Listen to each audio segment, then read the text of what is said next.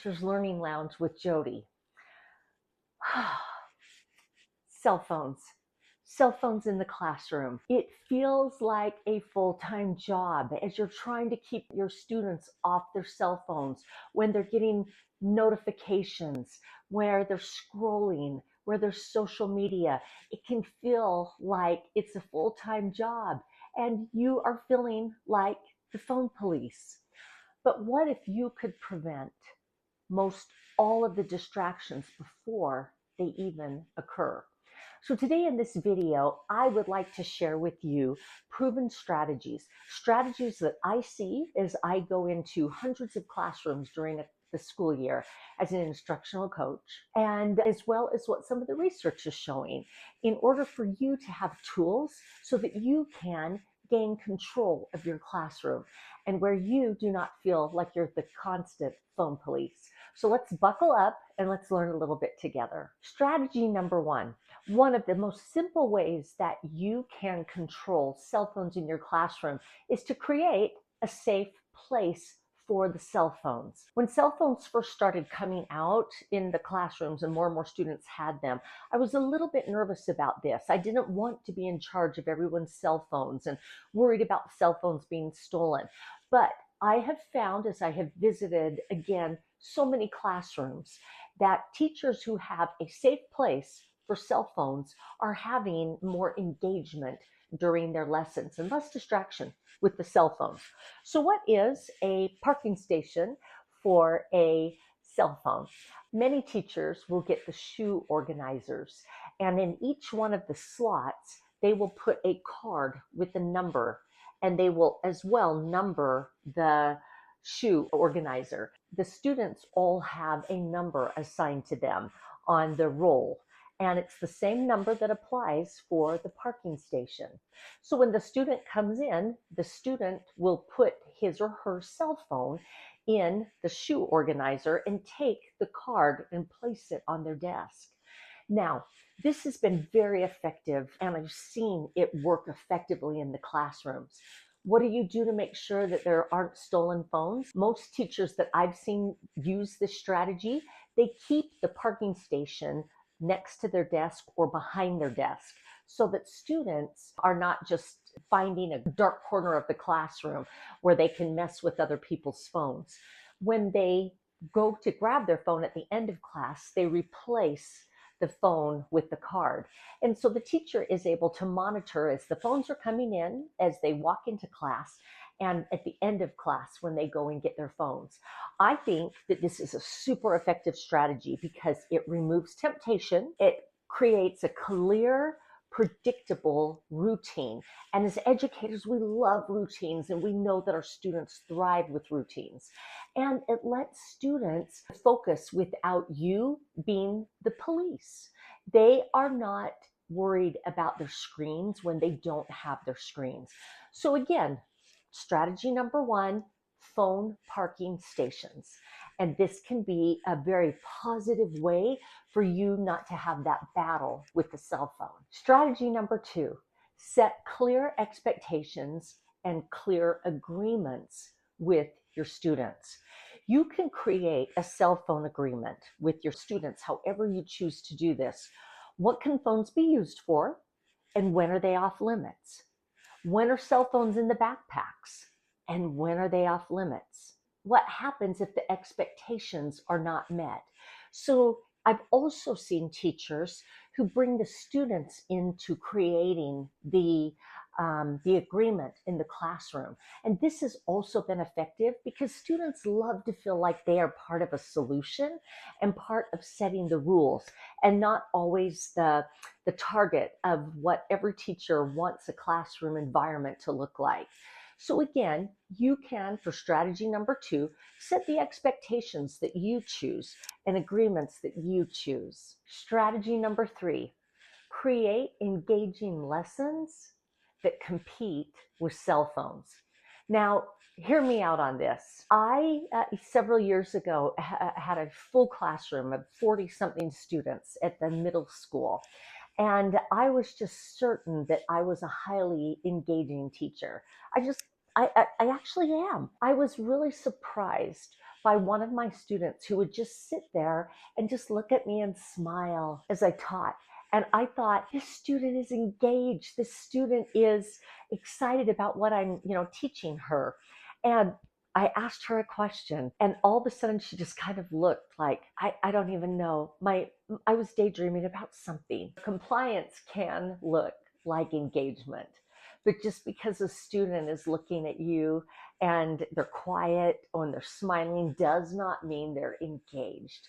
And let me just quickly define what engagement is here for us. I think a great definition of student engagement is the degree to which students are cognitively, emotionally, and behaviorally involved in meaningful learning, where the students are actively thinking, they're making sense of what they're learning, and they're applying these skills, and they value what is happening in the classroom.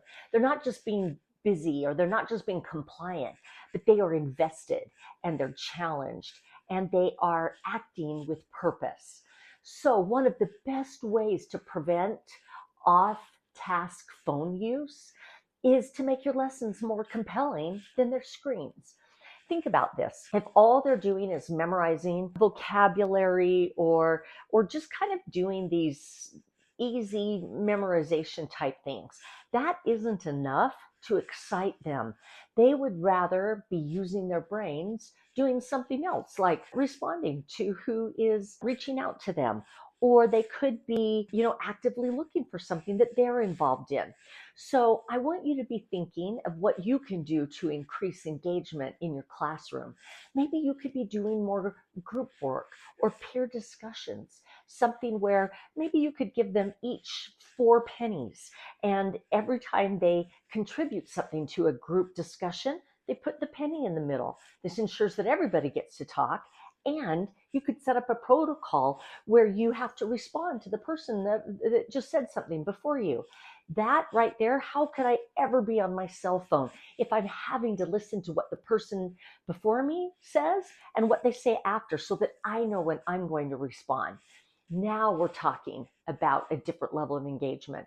Another idea, get the students up and moving. Don't forget the power of creating movement in your classroom. As an instructional coach, I will go and sit through 2 or 3 class periods, 70 to 80 minutes, and in some of them, the students never leave their seats. They just sit there. Sometimes the teacher is very heavy in what the teacher does, and the students just listen or take notes. It's not engaging. It's not engaging. But teachers who are smart and know when to get the students up, maybe they're moving to different little stations or gallery walks or interactive activities, that can combat students wanting to look at their cell phones when they are up and they are engaged with each other. Don't forget the power of interactive games. A lot of times people will gamify some of the learning that they're doing. There's so many great educational tools out there that excite students when they get to invest in themselves and their knowledge and skills. So if students are actively participating, they won't feel the urge to scroll. So just make participation a visible part of the classroom culture.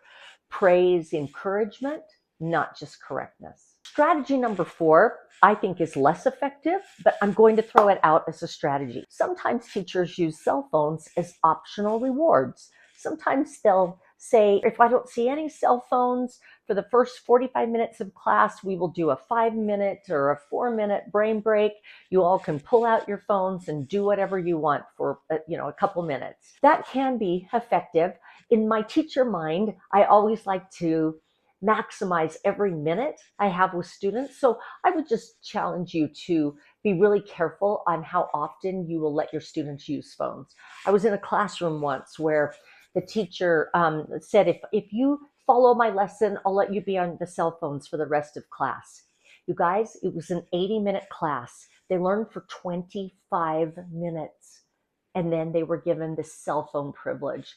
I'm so glad my own child was not in that teacher's classroom. Finally, to wrap everything back together, the key to preventing phone distraction really is going to be culture, and it's going to be engagement. Students who feel connected in your classroom are naturally less distracted. Students who are engaged in learning, when you are showing them what they're going to learn and how they can determine if they're moving toward that. When you have created learning sequences with activities where they can see their growth, you are going to find cell phones less of a distraction for your students.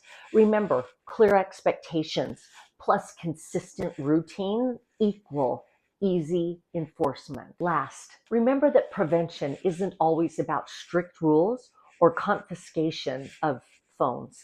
It's actually about creating a classroom environment where students are the focus of wanting to engage. And it's because learning is meaningful and it's compelling. Teachers don't go into teaching with the hope that every day they get to monitor student behavior and monitor cell phone use. We want to teach and we love to build. And I know you love to build knowledge and skills and all the dispositions that your students need to be high functioning, critical thinkers who can get along with other people. That is what we want our focus to be. So today's strategies can give you a good start of tools that you might consider to decrease cell phone use in your classroom and to increase engagement. But what about if you're doing some of these things and cell phones are still an issue? Well, that's exactly what I'm going to cover in part 2 of this series. If this video has been helpful, would you please like and subscribe and maybe comment below on your favorite strategy to help prevent cell phone use in your classroom? Let's help each other reclaim the focus in the classroom. Thank you so much for joining me on Teachers Learning Lounge. We'll see you next time.